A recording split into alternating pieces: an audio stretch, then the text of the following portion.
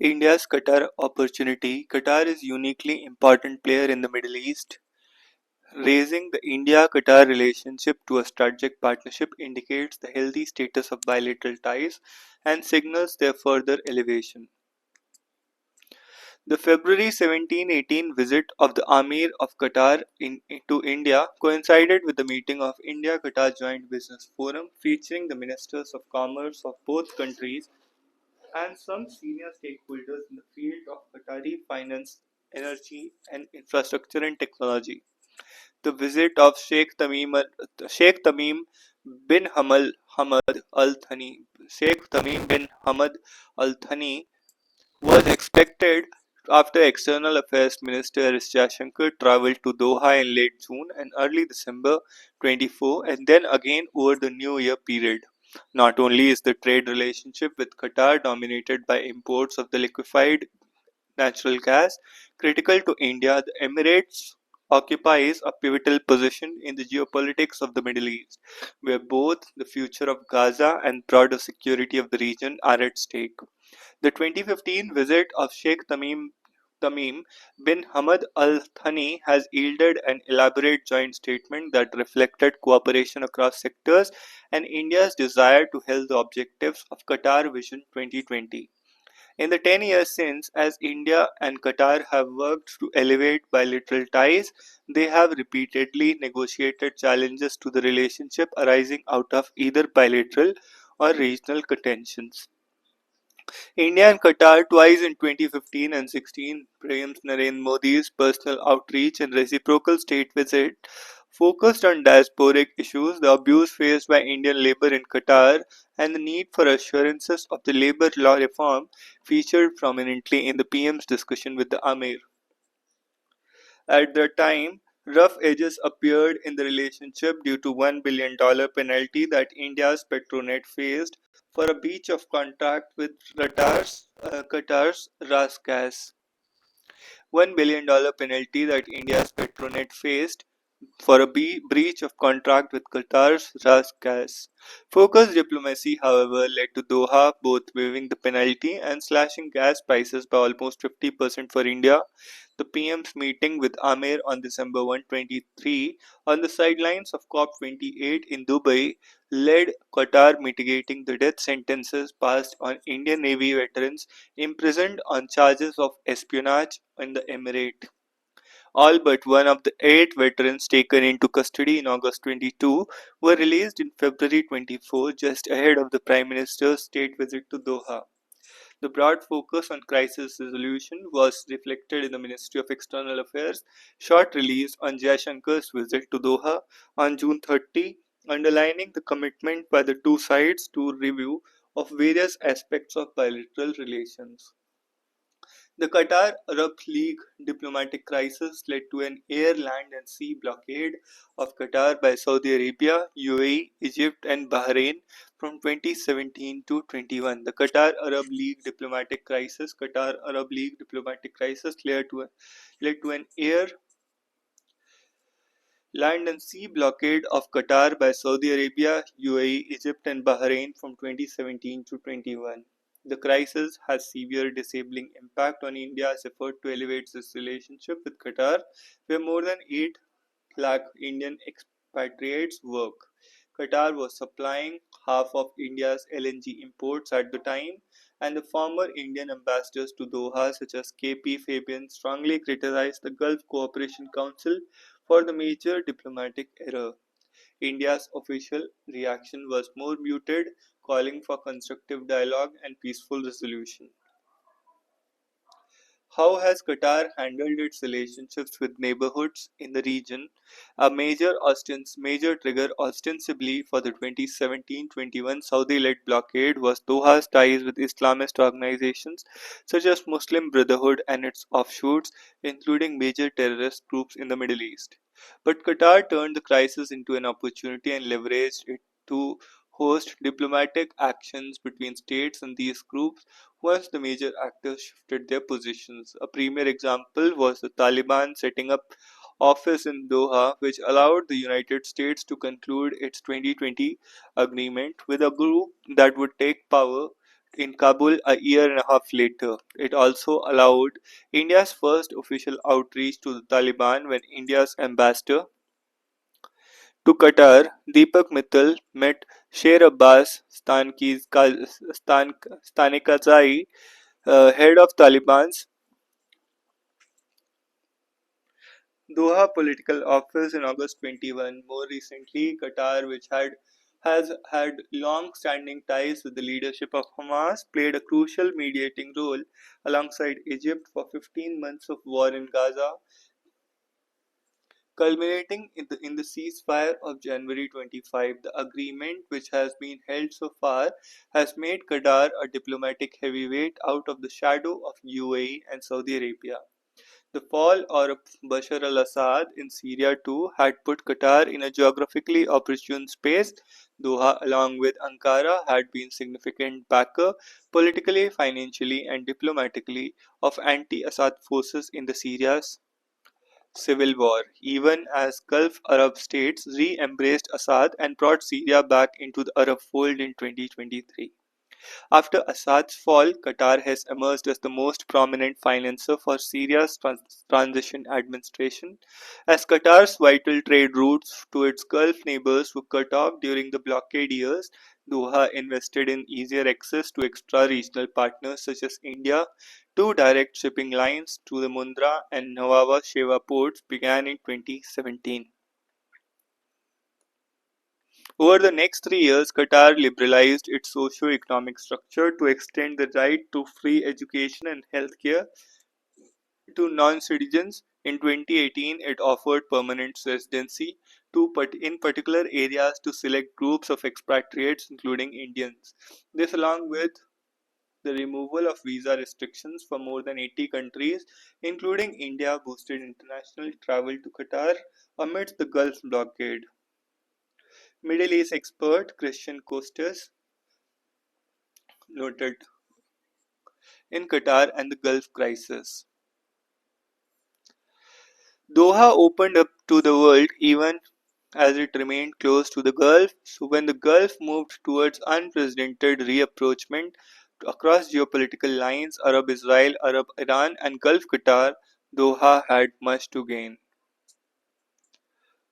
The Qatar Arab League diplomatic crisis led to an air, land, and sea blockade of Qatar by Saudi Arabia, UAE, Egypt, and Bahrain from 2017 to 21.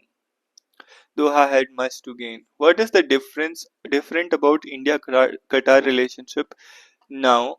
While the region saw these shifts, India found itself having to manage its relationship with Qatar while it proactively deepened ties with the other GCC states.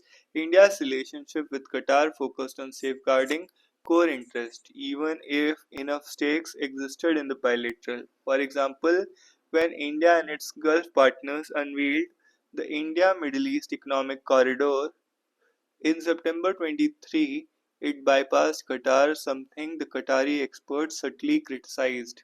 Now, with bilateral issues all but settled, there is scope for real opening up in the India-Qatar relationship.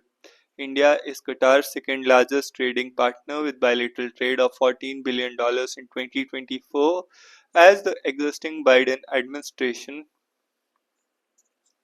imposed new sanctions.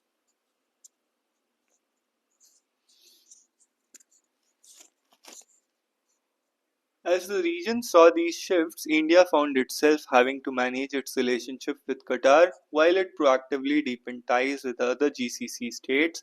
India's relationship with Qatar focused on safeguarding core interests even if enough stakes existed in the bilateral. For example, when the India and its Gulf partners unveiled the India Middle East Economic Corridor in September 23, it bypassed Qatar, something that Qatari experts subtly criticized. Now, with bilateral issues all but settled, there is scope for real opening in the India Qatar relationship. India is Qatar's second largest trading partner with bilateral trade amounting to 14 billion in 2024. As the existing Biden administration imposed new sanctions on Russian oil, the future of which lies in the hands of Trump administration, state-owned Qatar Energy secured a 5-year agreement to supply India scale with 12 LNG cargoes per year. Qatar Energy and India's Petronet earlier signed a mega 20-year LNG deal worth $78 billion, which allowed India to save at least $6 billion, notwithstanding shifts in the global position oil prices. During the Amir's visit, India and Qatar decided to elevate their relationship to a strategic partnership. The word strategic is widely used as a descriptor during the India UAE or India Saudi Arabia interactions, but has rarely found mention in the high level India Qatar diplomatic exchanges in the past. Joint statement went beyond diasporic issues and committed Qatar to a $10 billion investment in India. The two sides are looking to double trade to $28 billion over the next 5 years.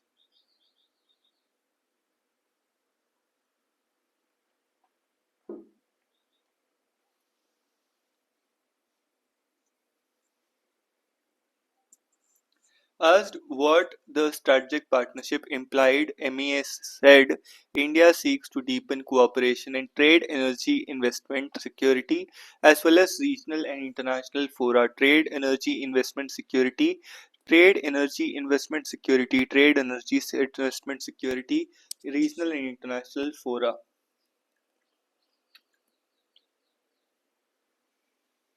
With a new bilateral investment treaty in the works, India will likely be more comfortable with modifications to exist Ting 2015 model to accommodate potential Qatari needs. The flexibility was observed in India's BIT with the UAE in 2024. There is also significant expansion in institutional avenues for greater business community interactions, most recently through MOUs signed between Qatari Businessmen Association and Confederation of Indian Industry and between Invest Qatar and Invest India. The more trade and business expand, the larger is the constituency that can guardrail the relationship in the event of a future crisis, whether bilateral or regional. Why Europe Dunkey route is gaining popularity. Of the 333 individuals who have been deported, many had did not take the traditional donkey routes that pass through South America. Rather, they arrived in Central America via Europe in what is relatively novel way to illegally enter the United States. Donkey routes refer to long winding, often dangerous pathways that South Asian immigrants take to reach the Western world, most often the US. These difficult journeys are made due to lack of requisite legal permits and organized in lieu of hefty financial compensation by agents and well-oiled machinery of human traffickers. Historically, these routes have passed through South American countries such as Brazil, Ecuador, Bolivia, Colombia, and Guyana, countries for which Indians can easily get visas. From there, immigrants travel north through the Isthmus of Panama into the North America. They finally enter the US through the Mexican border. The journey, which involves treacherous on-foot travel through dense forest, often sees immigrants getting ripped off and assaulted by gangs and middlemen, pose tremendous risk at all stages. Now, many migrants are arriving in Central American countries like Nicaragua, El Salvador, or Mexico via Europe. Often, they prefer a secure Schengen visitor visa, which allows them to travel to multiple European countries. Once in Europe, they plan ahead for their journey to Central America. Some individuals also travel to Mexico via the Middle East. The UAE, Qatar, and Turkey are popular pit stops. Officials in every country along with route are aware of what is happening, but nobody cares. They take their cut and let immigrants continue on their journey to the US.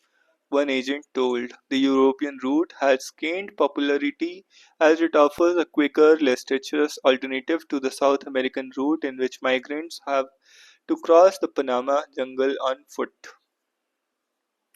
Quicker, less treacherous alternative. The route allows migrants to cover most of their journey by air and roughly 3 to 4 hours stretch they do have to Travel on foot in Nicaragua and El Salvador is much safer and less strenuous than crossing the Darien Gap in Panama, which can take days if not weeks.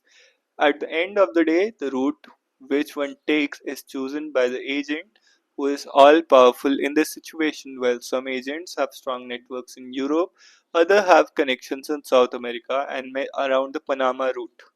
Those making the journey do not choose the path on which they travel. Also, for migrants, both routes are equally expensive. Most end up spending between 40 to 60 lakh to make the journey, a several times multiple of what the journey actually cost. Why global sea ice cover has dipped to a record low? What this means?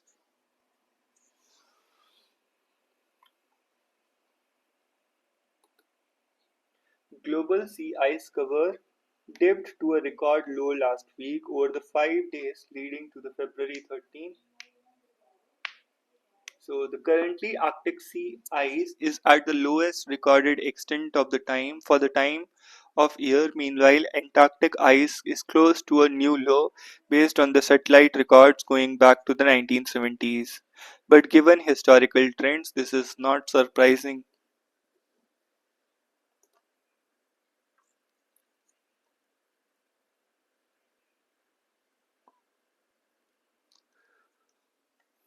Leading to the combined extent of Arctic and Antarctic sea ice dropped to 15.76 million square kilometer. 15.76 million square kilometer.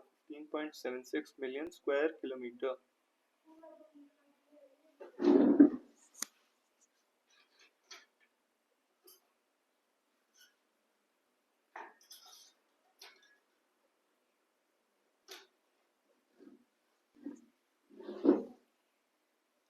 Sea ice refers to free floating ice in the polar regions. While generally expands during the winter and melts in the summer, some sea ice remains year round.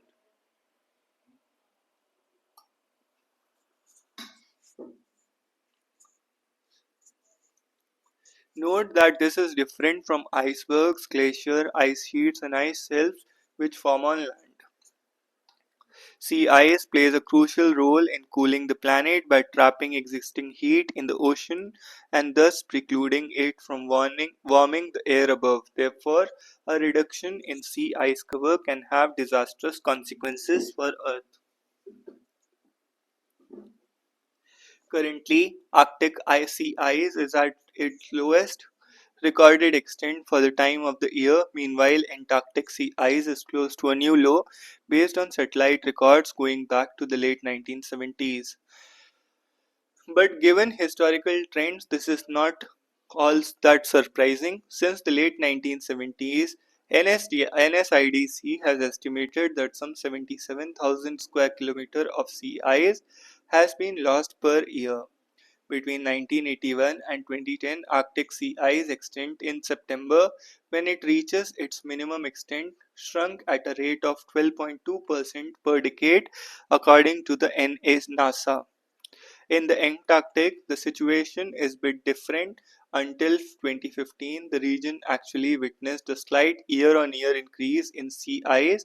Between late 2014 and 2017, however, the Antarctic lost 2 million square kilometers of sea ice, an area equivalent to roughly 4 times the size of Spain, according to the Copernicus Marine Service. In 2023, maximum Antarctic sea ice reached historically low levels.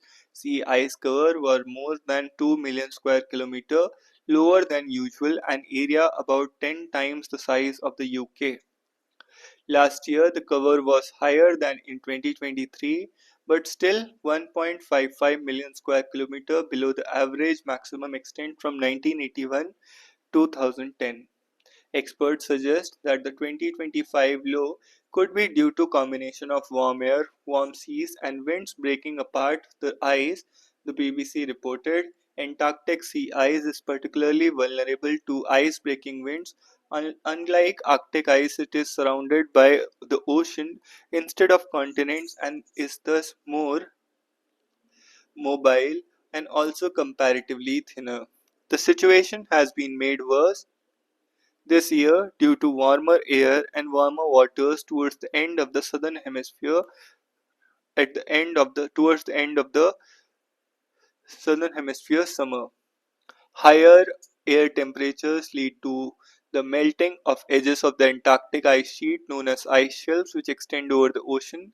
The ongoing ocean warming is setting the backdrop of all of this. In the Arctic where winter lasts from November to February, sea ice remained low because of a delayed freezing around the Hudson Bay.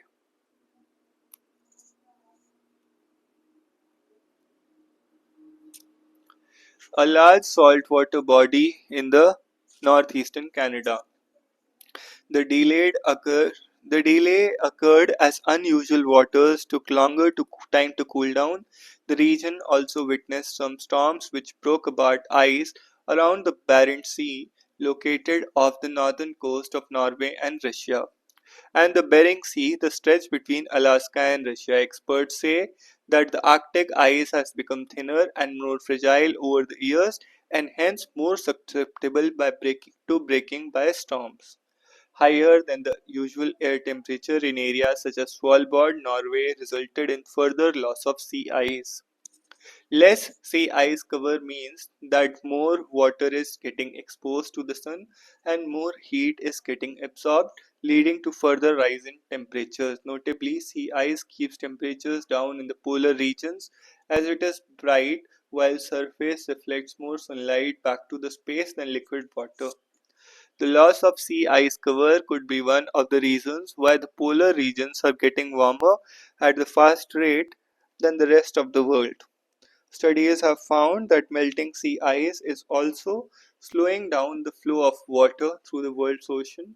This is happening because fresh water from melting ice enters the ocean and reduces the salinity and density of the surface water, thereby diminishing the downward flow to the sea's bottom. The slowdown of oceans overturning can severely impact the global climate, marine food chain, and the stability of ice shelves.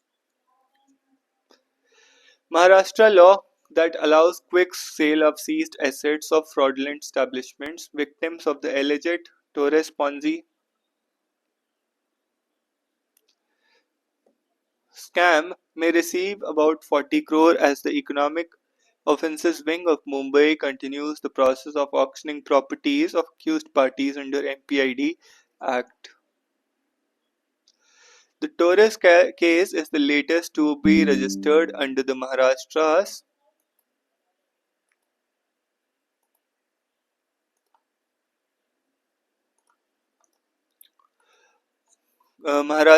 Protection of Interest Depositors in the Financial Establishment Act, which deals with attachment of assets seized from fraudulent investments. Maharashtra Protection of Interest of Depositors Act establishment and their sale of distribution. The law, which was intended to protect investors lured by false promises of high returns made by scrupulous financial establishments, received the President's assent on 2000. The statement, including introducing the bill in assembly, noted that deposits in fraudulent schemes ran into crores of rupees and the scam resulted in great public resentment and uproar, creating law and order problems in state of Maharashtra. Therefore, suitable legislation was needed to curb the unscrupulous activities.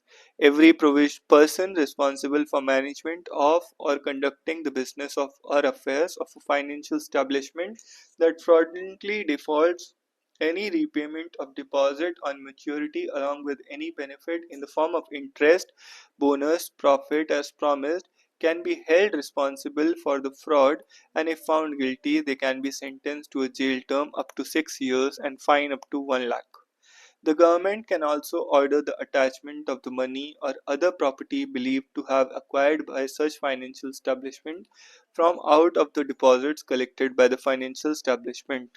If such an order is passed, the court can issue directions for the sale of the assets of the financial establishment and equitable distribution of the proceeds among the depositors. The speedy procedure for attachment and distribution of properties differentiates the MPID Act from provisions in the criminal law that deals with cheating and fraud by financial establishments. In 2005, Bombay High Court struck down the MPID Act as unconstitutional, saying its provisions were at variance with the Companies Act 1956, a central law. The High Court said MPIT Act transgressed into the domain of Parliament and that the non-payment of returns and non-banking financial establishments were already covered by the Companies Act and the Reserve Bank of India 1934. In 2011, Supreme Court decided on appeals against the High Court order. 2005 Bombay High Court struck down the MPID Act as unconstitutional and were at variance with Companies Act 1956. High Court said MPIT transgressed into the domain of Parliament. In 2011, Supreme Court decided on appeals against the HC High Court order and others regarding similar act in Tamil Nadu. Top court upheld the constitutional validity of both Maharashtra and Tamil Nadu acts. In 2022, the court reiterated the validity of the MPID Act. Alzheimer's incidence linked to blood fat levels study. A review of previously published research has suggested that there is a strong association between blood fat levels,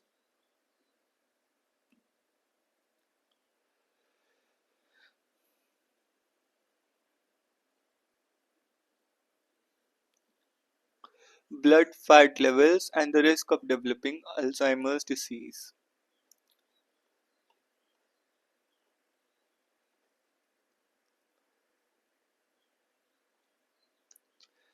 Rush at Mahakumbh shows that religion is losing its pluralistic character. What is happening to my religion during the ongoing Mahakumbh is forcing me to contemplate if Hinduism is moving towards a more codified, performative, and mandatory form.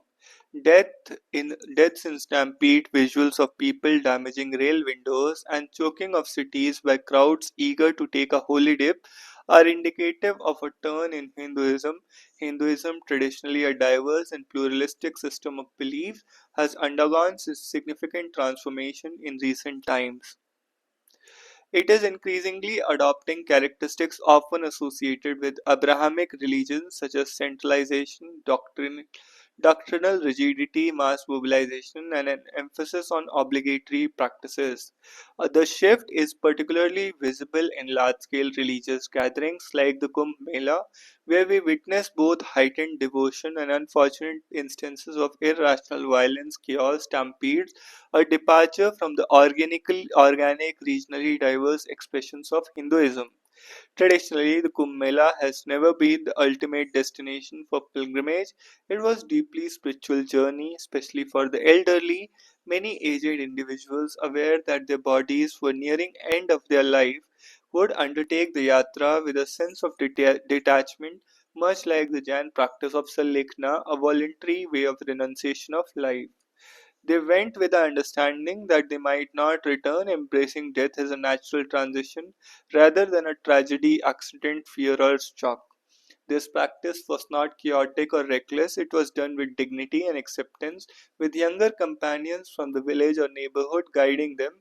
The losses, if any, were minimal because the journey was taken with restraint, preparation, and spiritual resolve, not as an impulsive, desperate act. Today's scenario is different. The scale of participation has increased dramatically without the same depth of contemplation.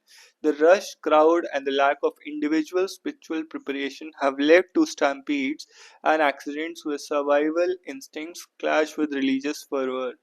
The wisdom of past generations of knowing one's limits, maintaining discipline, and respecting the journey's risk seem to be fading, now replaced by an overwhelming urge to participate at any cost. The cost is on the rise in different strenuous practices such as the Kanvar Yatra.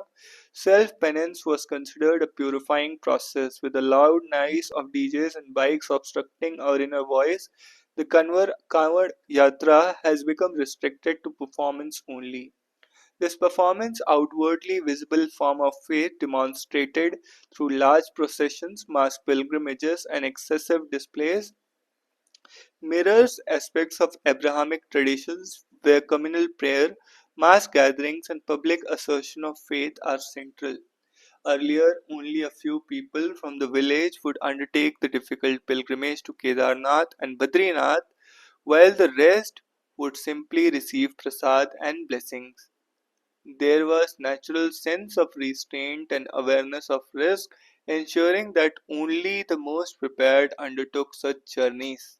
However, this rationality of reorganizing dangers and maintaining a balance seems to have faded as more people participate impulsively, often disregarding safety and practicality. For Hindus, there has never been a single way to practice faith. Multiple alternatives have always been existed, allowing individuals to choose based on their inclination, ability, and context. The Shraddha ceremony used to take 12 years, Shraddh ceremony, and then it was compressed to 12 days based on the practicality of the times we live in. Even in Indian constitution, the struggles to define Hindus with finality because Hinduism struggles to define Hindus with finality because Hinduism is not a monolithic religion but a vast and fluid tradition encompassing countless beliefs, practices, sects, and philosophies. Any attempts to fix a final definition risk distorting its essence.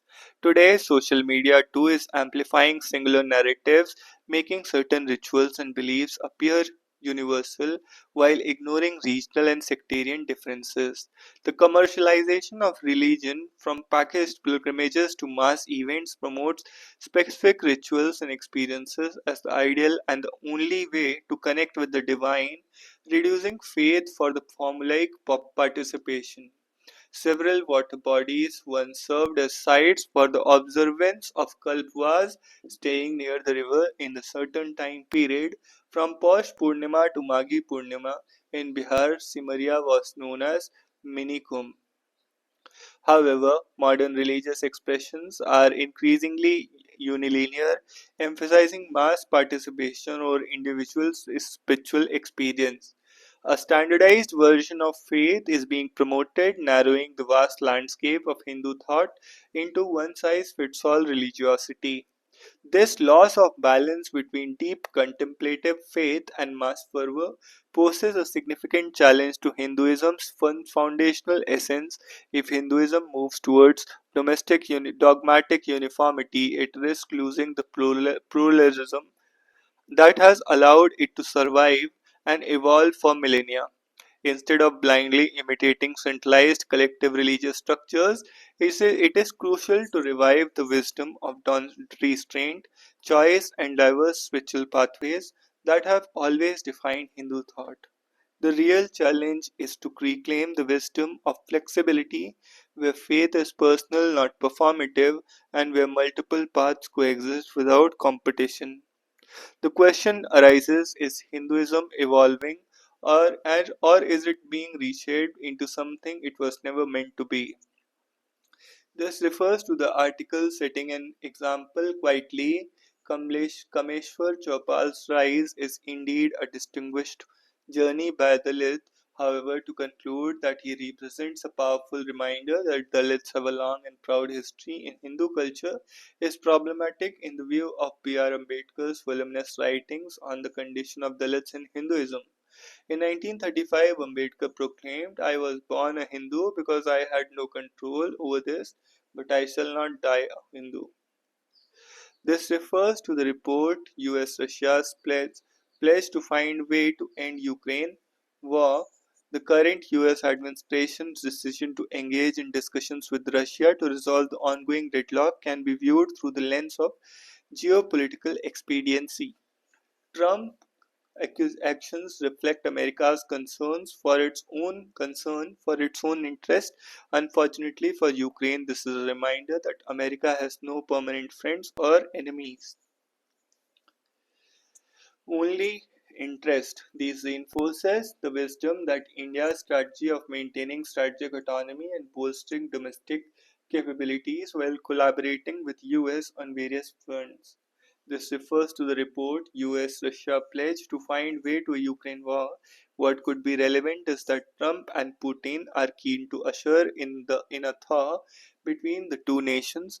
Putin will strive for easing of sanctions, whereas Trump's intentions are primarily to wean Putin away from Chinese influence is a process discomfiting China. Restoring normalcy in Ukraine would be a bonus. This refers to the report several Jamia students boycott classes, warn of escalation in protest. I'm deeply concerned about the disciplinary actions taken against students at Jamia Millia Islamia for participating in peaceful protest. Suspending students and filing FIRs against them for expressing their views is unjust and alarming. Freedom of speech and peaceful protest are fundamental democratic rights, and universities should uphold them.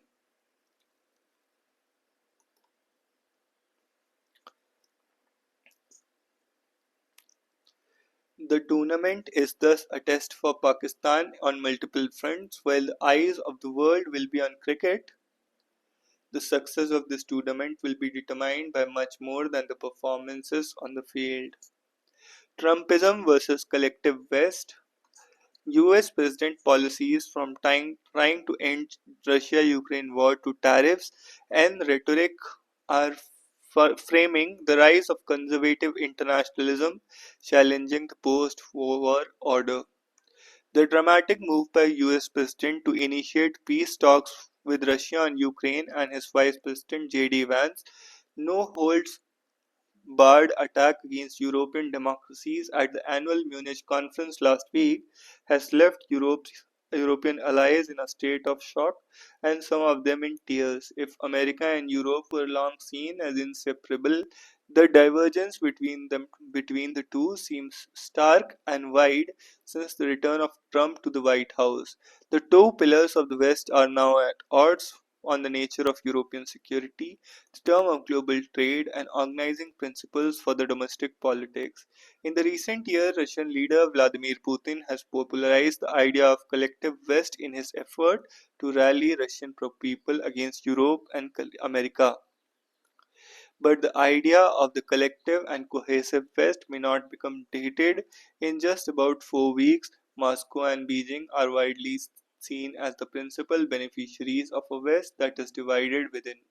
For Russia, the talks of that with America this week in Saudi Arabia and the expected summit meeting between Putin and Trump in the not too distant future are not just about negotiating a ceasefire in Ukraine, it is about negotiating, it is about restoring Russia's rightful place in the European regional order that Moscow won after the World War II but lost following the Soviet Union's collapse. Even as it talks of the collective West, Russia never stopped seeking to divide Europe from America. China too repeatedly probes the daylight between US and Asian allies. An American retrenchment from Europe and Asia and the breakdown of its post-war alliances has now until been the dreams stuff of dreams in Moscow and Beijing. It is attempting to believe that the current crisis in the West has made that dream more realistic. After all, Trump wants to reduce America's security commitments to Europe and is eager to get along well with China's Xi Jinping. Before we get carried away with the idea that the collective West is collapsing, it is important to note that West is and how it came to the current crisis. The West represents a political geography that shares common liberal values, capitalism, democracy, and individual rights, initially limited to a smaller region in the far western corner of the Eurasian landmass. It gained around several centuries.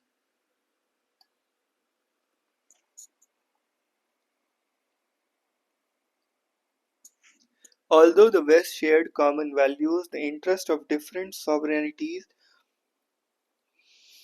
within it were always at odds with each other. Except for the last 80 years since the World War II, the idea of warring West sounds incredible today, but arguments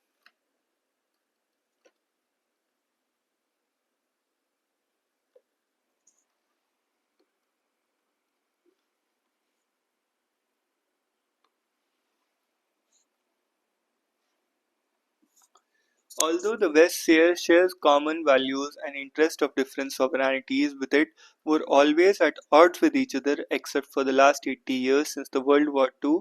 The idea of a warring West sounds incredible today, but arguments and civil wars have been very much a part of history. Many of the world's advances were driven by internal battles within the West, the Renaissance, the Reformation, and separation of church and state, for example. These wars have produced massive violence outside the West as European empires competed with each other for resources, markets, and political influence. The Western powers nearly destroyed each other in the First and Second World War. Although the US and Allied powers had to collaborate with the Soviet Union to defeat Nazi Germany and Imperial Japan, that alliance fell apart quickly after the war. The fear of communism, Soviet Russia's geographic expansion, as well as the threat to the old order within European societies saw America and Europe unite under the US leadership.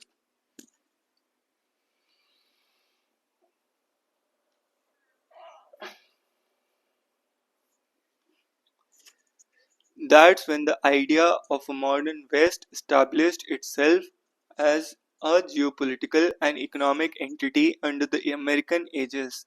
This involved many international institutions, multilateral ones, unlike the United Nations, alliances like the NATO, the Five Eyes intelligence sharing among the Anglo Saxon powers, the General Agreement on Tariffs and Trade, International Monetary Fund, and the World Bank. If President John F. Kennedy said America must pay any price or bear any burden to lead the world, Trump and his followers are saying that the cost and consequences of American leadership are no longer acceptable. This is an argument that few people America must pay the price to bear any burden to lead the world. Trump and his followers are saying that the cost and consequences of American leadership are no longer acceptable. This is an argument that few took seriously when articulated by Trump in his first term, but he came back empowered this time and is having his way. He has turned conventional wisdom on its head by demanding an end to war in Ukraine, initiating direct peace negotiations with Russia over the heads of Kiev and Brussels, and signaling the intent to bring Moscow to the Western institutions like the Group of Seven. Trump also argues that trading order created at America's initiative no longer benefits American working people and must be replaced by a new framework for bilateral trade deals.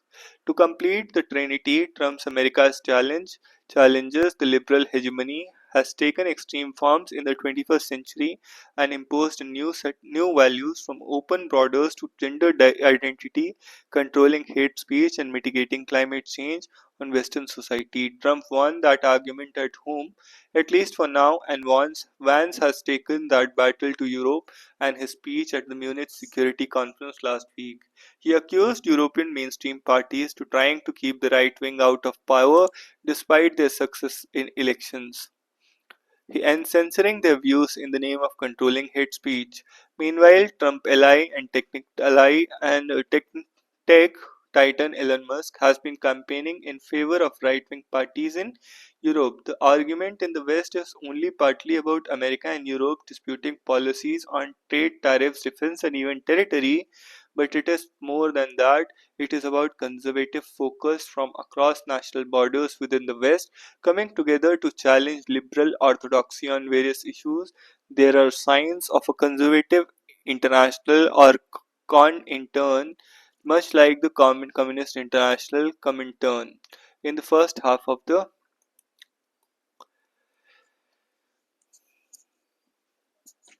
20th century or liberal internationalism in the second half of the 20th century. Like its predecessors, the Comintern is likely to leave an important policy legacy for the world on European society, global trade, security.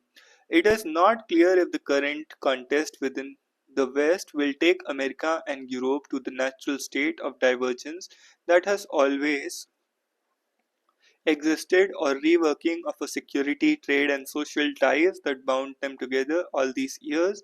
Although both Moscow and Beijing denounce the collective West led by the US in their propaganda wars, both are eager to strike deals with Washington, unlike in the past when India seemed ready to lap up the anti-Western propaganda from the Moscow and Beijing.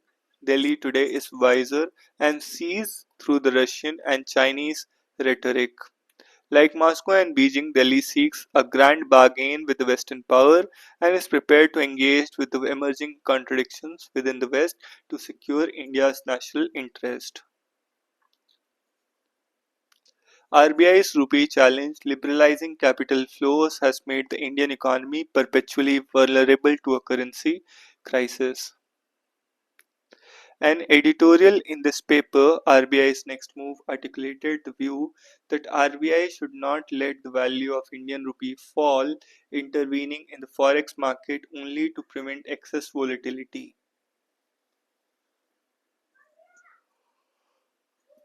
On the ground that rupee is not exceptional in being under pressure.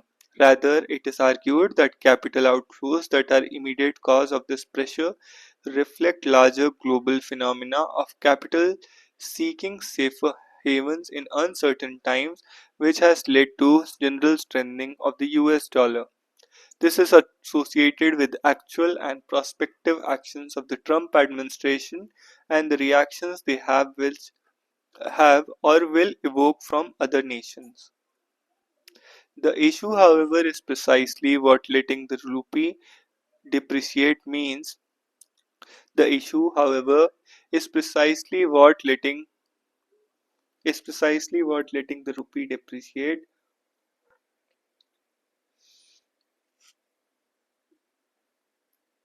RBI should articulated view that RBI should let the value of Indian rupee fall, intervening in the forex market only to prevent excess volatility on the ground that rupee is not exceptional in being under pressure.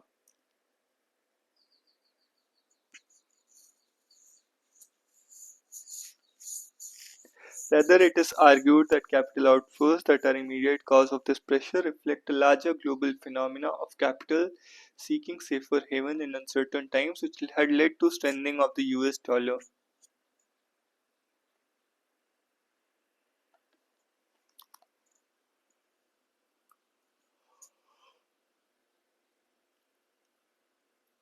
Since the extent and speed of such depreciation are both variable and have potentially self-accelerating nature, the problem first arises from a simple fact that expectations about what will happen to the value of rupee are themselves a factor in the decisions of foreign portfolio investors. A sharp and quick depreciation of the rupee means erosion of the value of foreign assets in India, and any expectations of such a movement of the rupee can be additional factor triggering capital outflows. The result would be to create precisely the outcome whose expectation starts the process. Any actions of the RBI which signal that it will not intervene in the foreign exchange market to defend the rupee thus have the potential to generate such expectations. If and when this initiates capital outflows and accelerates the exchange rate depreciation, the scale of intervention required to check the process becomes greater and also less effective. In letting the rupee decline, therefore, the RBI has to ensure that the tipping point is not crossed. Moreover, the intervention to moderate the decline of rupee can also fuel adverse expectations. If they erode the foreign exchange reserves and the RBI's ability to go on defending the rupee. The first problem arises from the simple fact that expectations about what will happen to the value of the rupee are themselves a factor in decisions of foreign portfolio investors.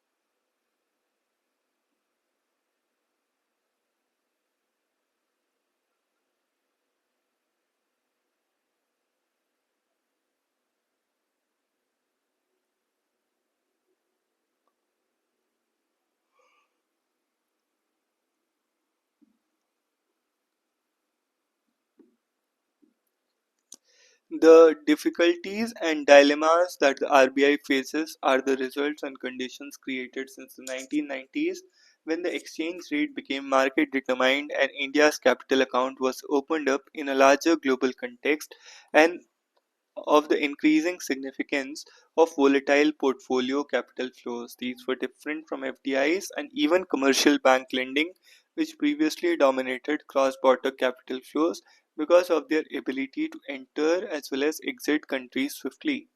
Since that opening up, the value of the rupee in the foreign exchange market has fluctuated on the basis of inflows and outflows of such capital on the whole. However, such barring a period roughly 5 years preceding the 2008 global crisis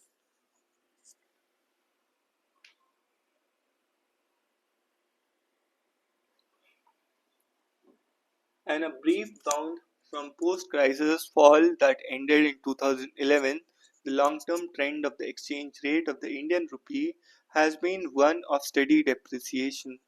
If we consider the average annual value of the exchange rate expressed as rupees per US dollar, it has steadily increased, which means depreciation of rupee from 45.56 in 2010-11 to 82.78 in 23-24, moving up every year except 2017-18, is likely a final outcome in 24-25 too. In other words, RBI's defense of the Indian rupee has never meant that this trend of depreciation has been checked. Indeed, the monthly average of Indian rupees value has also been steadily moving downwards since September 2014-24. Fundamental underlying factors behind the long-term trends are twofold. The first is that generally inflation rates in India have been higher than those prevailing in the international markets. Consequently, purchasing power of the rupee in the domestic market depreciates faster than that of dollar in international markets, also leading to a tendency for depreciation of the rupee vis-a-vis dollar. Currency depreciation by raising the prices of universal inputs like oil that India necessarily has to import also in turn feeds into inflation.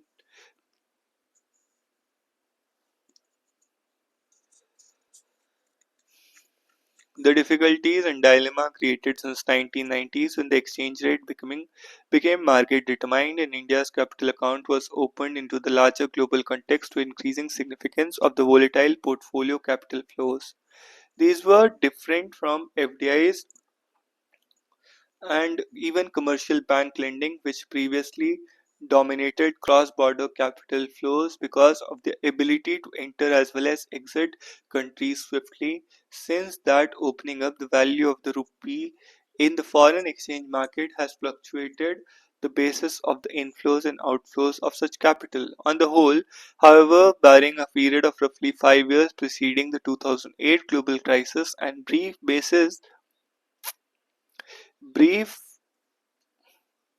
rebound from the post-crisis fall that ended in 2011, a long-term trend of the exchange rate of the Indian rupee has been one of steady depreciation. If we consider the annual average value of the exchange rate expressed as rupee per US dollar, it has steadily increased, which means depreciation of the rupee from 45.56 in 2010-11 to 82.78 in 23-24, moving up in every year except 2017-18, a likely final outcome in 24-25 too.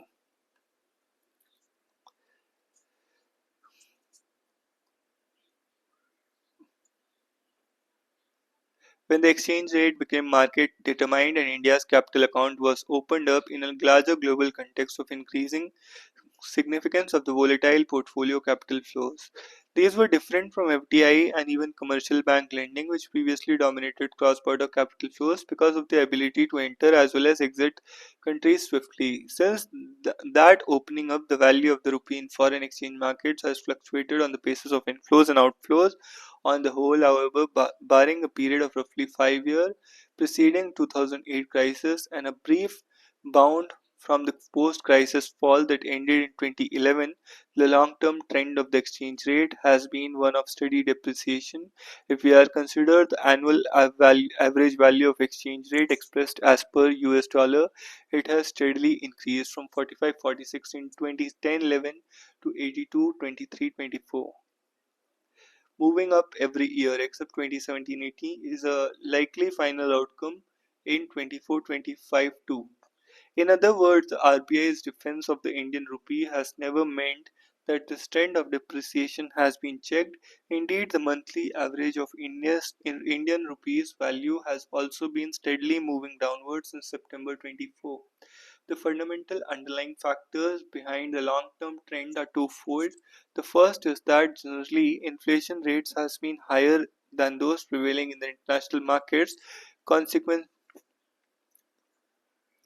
Consequently, the purchasing power of the rupee is in the domestic markets.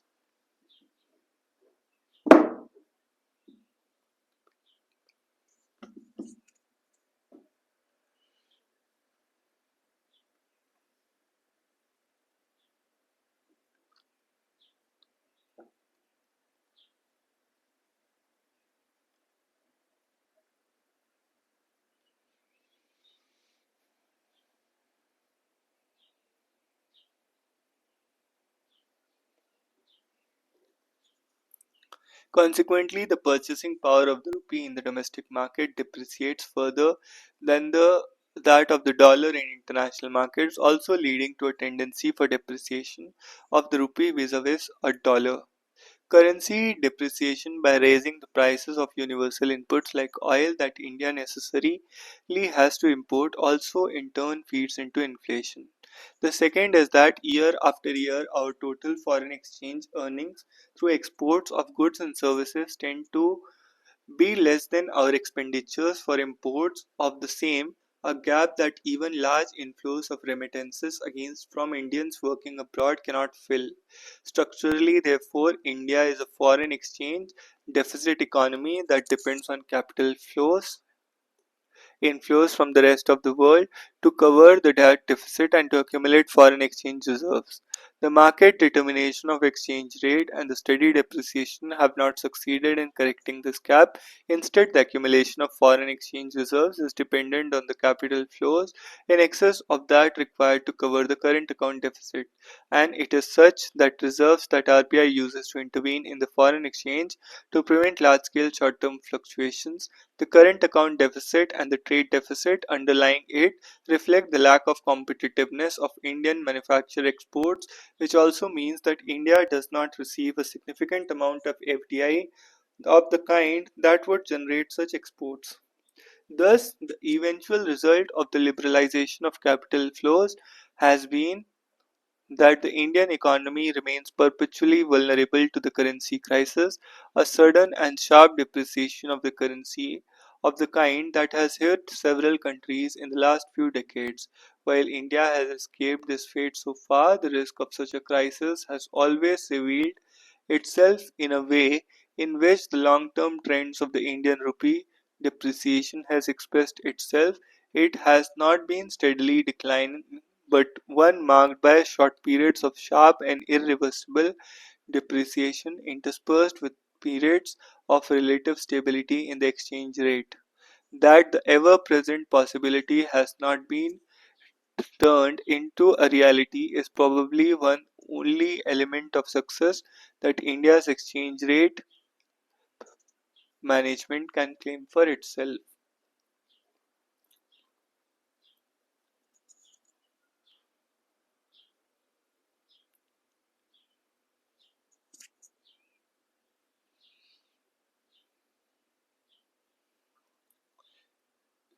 It takes more than one dove to make peace in the Middle East. Deepening bonds, strengthening of ties between India and Qatar will give more impetus to government's West Asia outreach. The visit of Qatar's Amir Sheikh Tamim bin Hamad Al Thani, Qatar's Amir Sheikh Tamim bin Hamad Al Thani, to India comes at a crucial time as New Delhi seeks to strengthen its energy security and deepen ties with West Asian nations amid conflict and instability in the region. Significance of this partnership is evident from the fact that in just over 9 months of the Narendra Modi government current term, External Affairs Minister S. Jaishankar has visited Qatar thrice as per their joint statement released on February 18, and Qatar has agreed to elevate their ties to strategic partnership, double bilateral trade 14 to 28 billion in next 5 years and facilitate $10 billion in Qatari investments in India. Two governments inked two pacts and five MOUs covering areas like economic cooperation, youth affairs, and double taxation avoidance. Over the years, PM has been consistent in his efforts to maintain personal rapport with the ruling class of Gulf countries. Amir Al Thani's visit and the resulting deal signifies strategic importance of Qatar, which has become a key energy supplier, particularly of the LNG, with India sourcing nearly half of its supplies from the Gulf region. In February 2024, Qatar Energy and India's Petronet, Qatar Energy and India's Petronet, Qatar's Energy and India's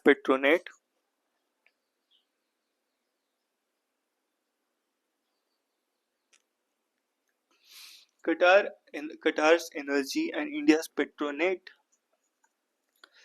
LNG signed their largest ever LNG supply deal for a 20-year period. Doha also plays an important role as a mediator in the regional and global conflicts, including the Israel Hamas conflict and the US Taliban negotiations, with over 8 lakh Indians living and working in Qatar, forming its largest expatriate community and contributing significantly to sectors like construction, healthcare, and services. The country, for all practical purposes, is part of India's extended neighborhood in West Asia. Diplomatic ties were tested in August 22 when eight former Indian Navy personnel were arrested in Qatar on espionage charges.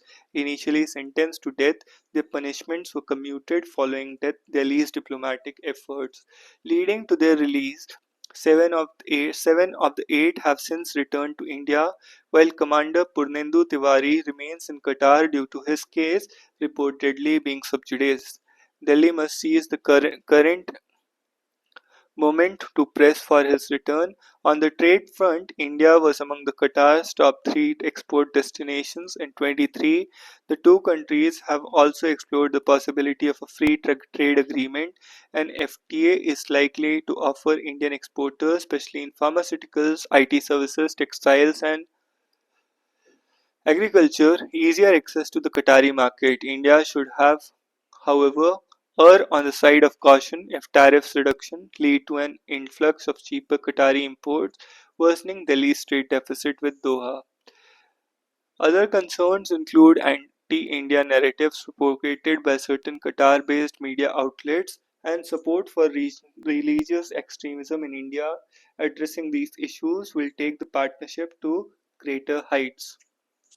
Societies in Odisha, Haryana point to need for more nuanced engagements with campuses and their changing dynamics. Two separate instances: a death of suicide by a women student from Nepal at the KIIT in Odisha, Kalinga Institute of Industrial Technology, and an undergraduate student at Ashoka University highlight once again the mental health care challenges across India's higher education institutions. It also indicates the importance and inadequacy of these institutions in keeping pace with the changing needs and aspirations of the multi ethnic student body. According to the reports, the 20-year-old engineering student at the KIIT had filed a harassment complaint against a male student on campus. The university had apparently offered counseling to both and let matters rest. The rest, as it turns out, was not enough. Diversity of Indian universities. The classroom today has representatives from different regions, economic divides, and even nationalities. Demands that institutions have in place support structures that can help students cope up with the challenges of what is one of the demanding phases of their young lives. As an increasingly diverse student body swells the ranks of both public and private universities, it is imperative that institutions too grow to meet their often complex needs.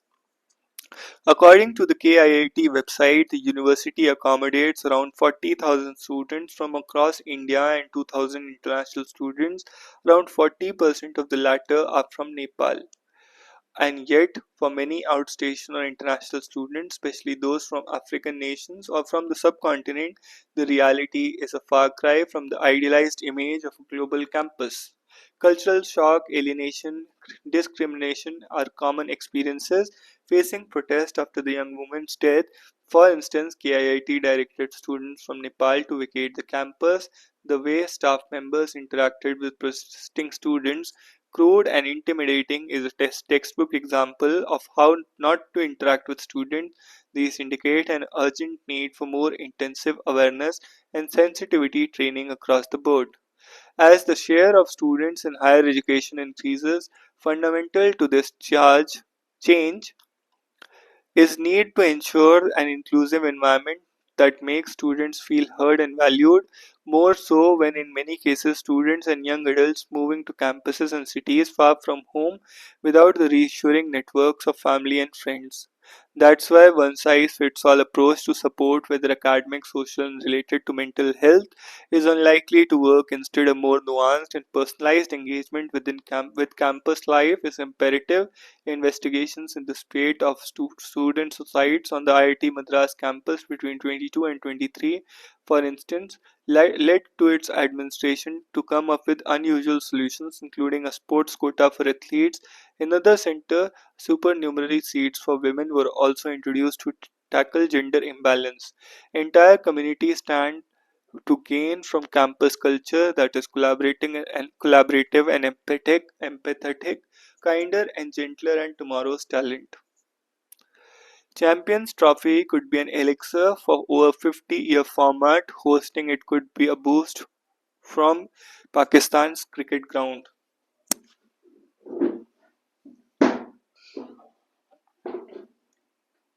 The Champions Trophy has withstood the proliferation of T20 cricket, the existential crisis of the 50-year format, and the numerous structural changes to the game. Not just Sav's lifesaver, the humble auto is indispensable to mobility in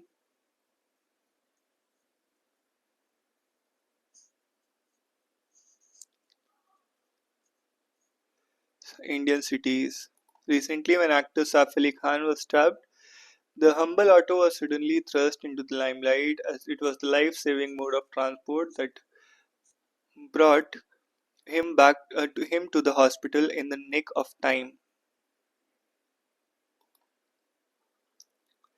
A new BJP government takes oath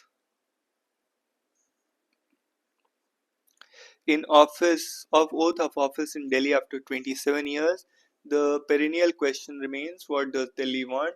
Delhi's historical depth, spatial variety, and economic energy and sociological diversity are extraordinary strength.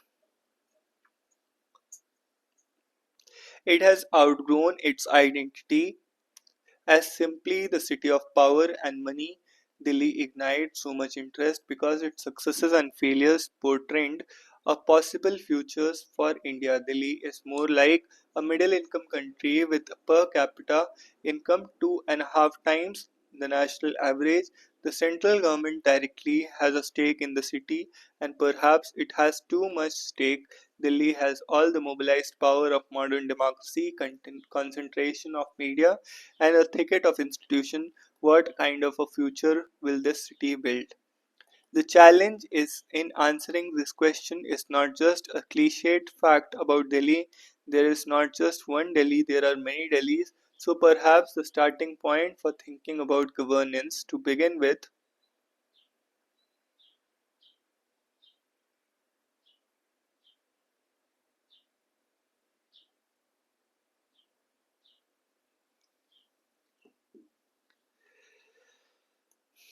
With a list of schemes, but the contradictions that Delhi must manage. In some ways, the political message of this election is a difficult one to read.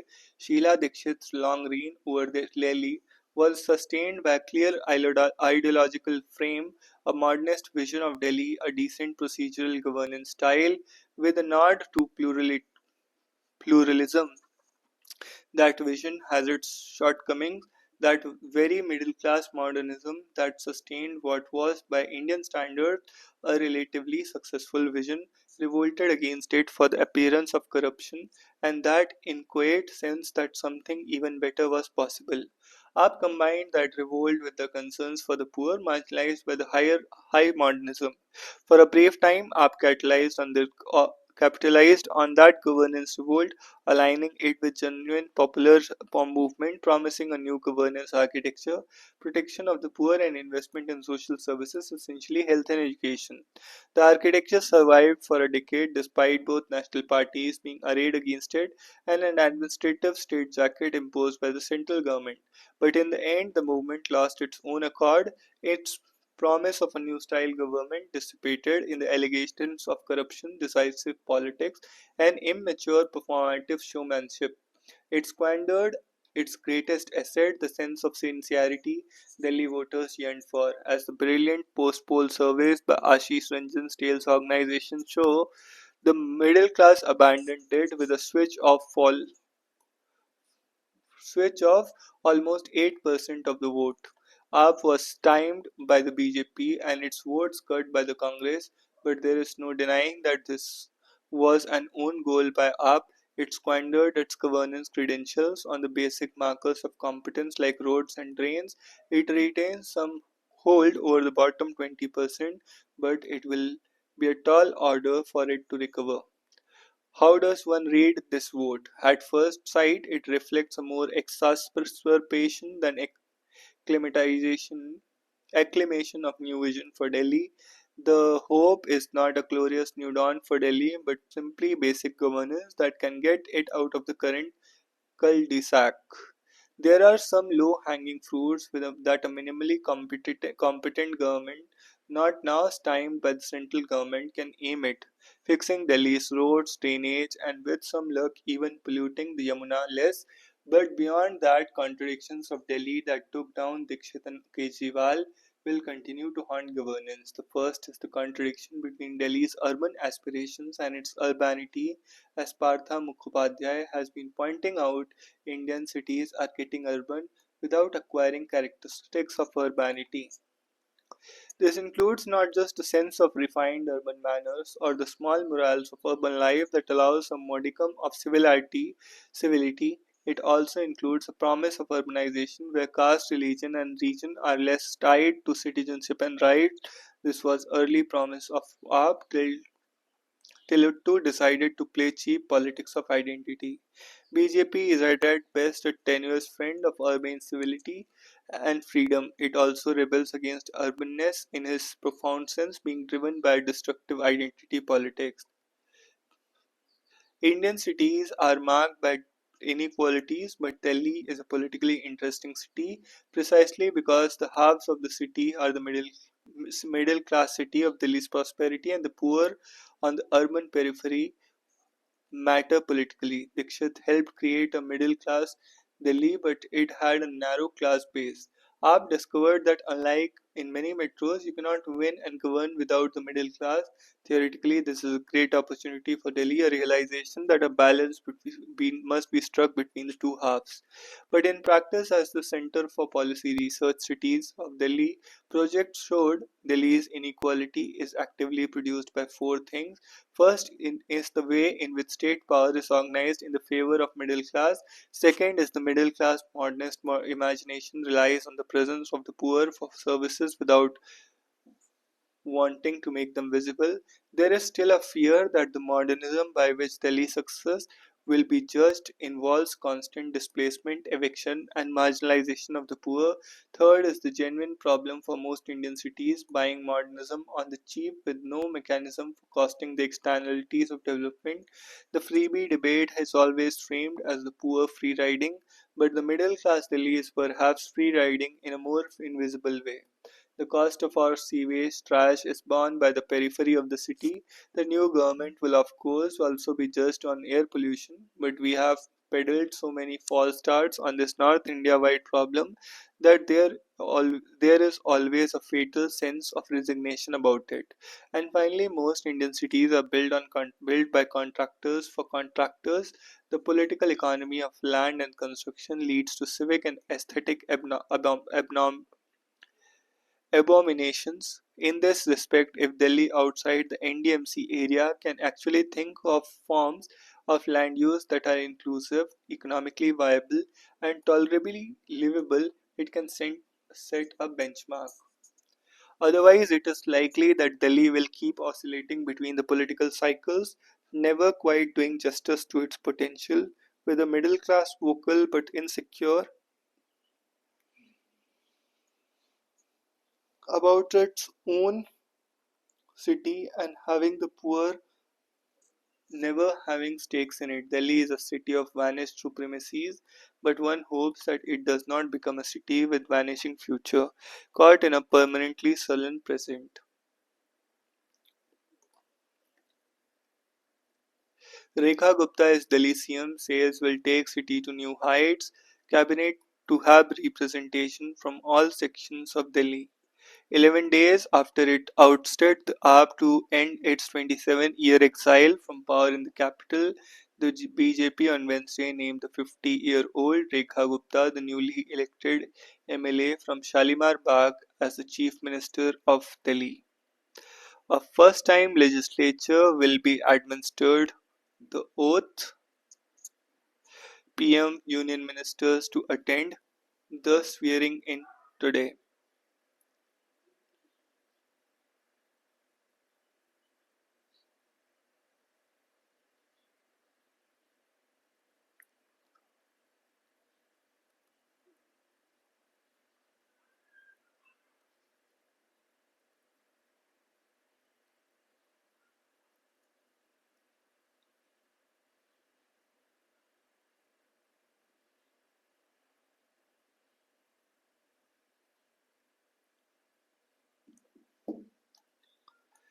The oath will be administered office Thursday with six other ministers at the Ramlila Maidan. The composition of Council of Ministers, sources said, will have adequate representation. Amid trade pact talk, Trump repeats for India reciprocal tariffs. Whatever you charge, I'm charging. He said, no, no, I don't like that. Ragging deaths, complaints spike, system struck in grey zone, Supreme Court guidelines on paper.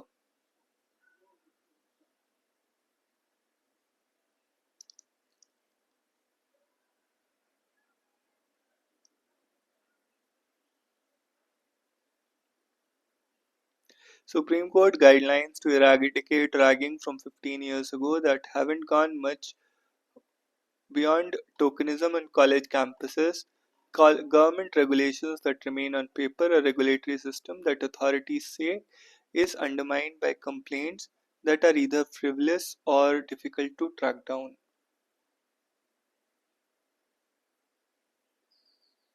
Supreme Court takes suo motu cognizance of Lokpal order on complaints against High Court judge.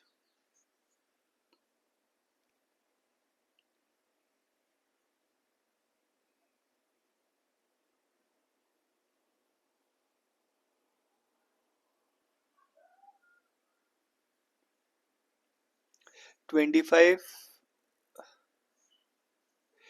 security personnel.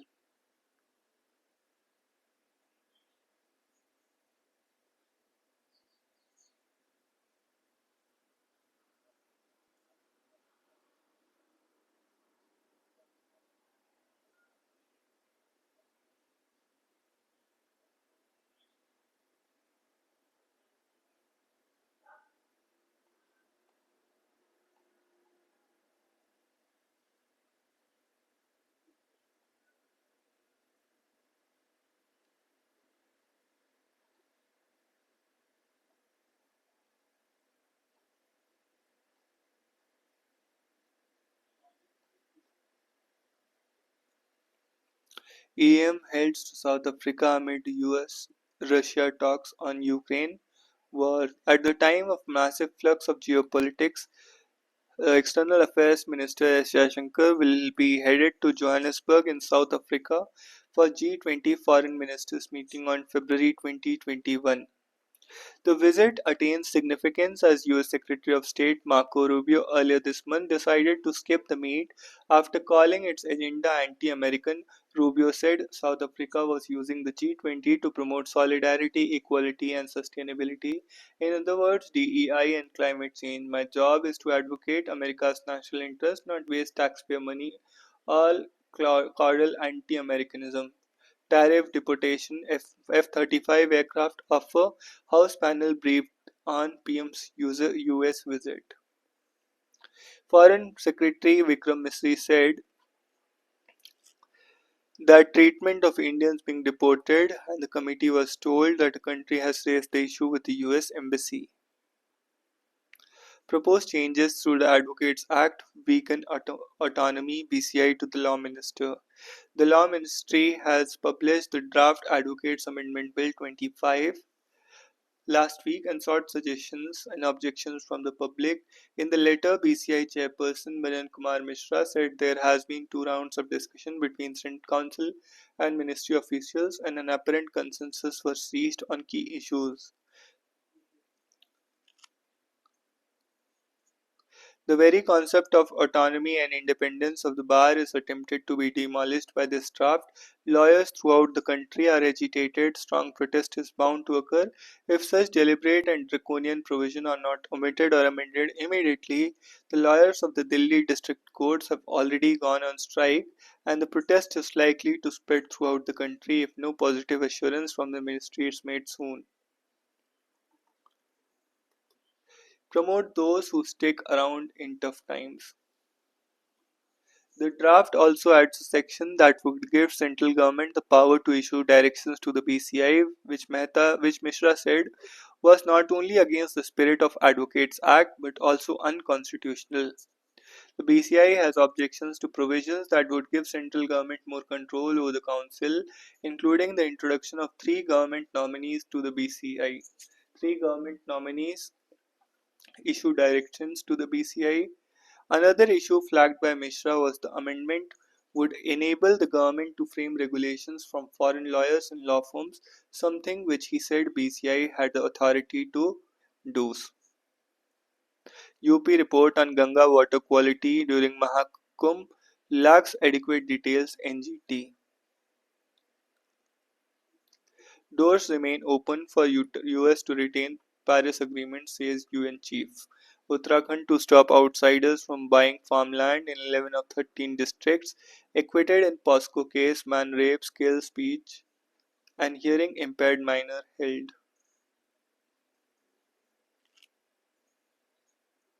Bhagwat to workers, opposition to Sangh is gone, but remain alert, stay on the path.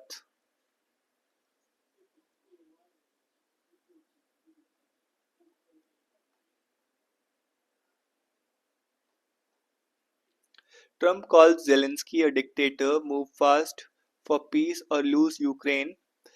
European Union prepares plan to boost arms supply to Ukraine. UAE tells Rubio it rejects forced displacements of Palestinians. US Secretary of State Marco Rubio with US National Security Advisor Sheikh Tahnoon bin Zayed Al Nahyan. Foreign Chinese Foreign Minister Wang Yi, Beijing looks to boost ties with Latin America. After decades in exile, Syria's Jew visit Damascus. QR code stickers appear on thousand graves in Munich. UK government names crackdown after Indian origin boy. Racist attacks increase in German city after Christian market violence, says migrants. IRDAI forms 7-member committee to review insurance sector reforms. The 7-member committee includes these people. The committee has already held its first meeting, indicating a swift move towards implementing the proposed changes. The government proposal is to increase FDI limits in the insurance sector, is expected to attract foreign investment, improve insurance penetration, and increase competition in the market. Insurance Act 1938 was originally passed by the British to regulate the insurance sector. It provides the broad legal framework within which the industry operates. It also led the establishment of a regulatory authority, IRDAI, which oversees the implementation of the Act. Insurance Act 1938 outlines various types of insurance policies that can be offered in India, such as life insurance, general insurance, health insurance, and allows such insurance assurers to appoint insurance agents for the purpose of soliciting and procuring insurance business. Earlier, while presenting the budget, Nirmala Sitharaman announced the proposal to raise the FDI limit in the Indian insurance sector from 74% to 100%. Sitharaman further stated that Center is working on more reforms in the insurance sector along with 100% FDI move. M. Nagaraju, Secretary of Financial Service, Ministry of Finance, has said internal consultations have been completed for the same. It includes allowing composite licenses, details regarding investments, and repatriation of profits in case of FDI. We have almost completed the internal governmental consultations. Then we will take the next course of action by bringing the proposed amendment bill to Parliament. Once it is approved, those rules will be notified so that all the reforms we intend to do in the insurance sector to improve penetration will be done through the measures. Government's major reform proposals include composite license, differential capital, reduction in solvency norms, issue captive license, charge change in investment regulations, one-time registration for intermediaries, and allowing insurers to distribute other financial products.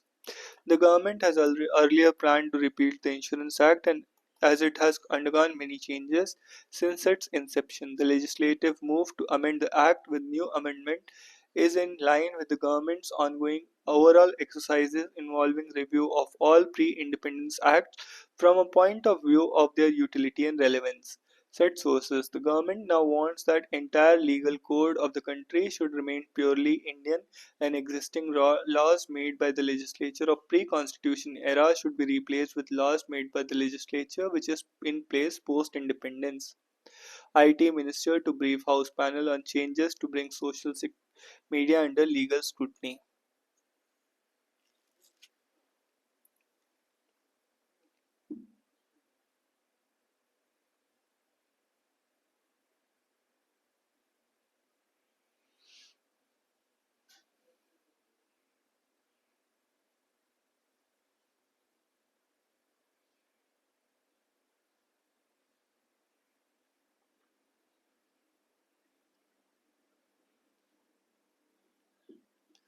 In an internal communication prepared by the ministry to formulate a response for the committee, it has referenced uh, the now revoked Section 66A of the IT Act, which was deemed unconstitutional by the Supreme Court. Must be to release new capex survey monthly labor force data from 2026.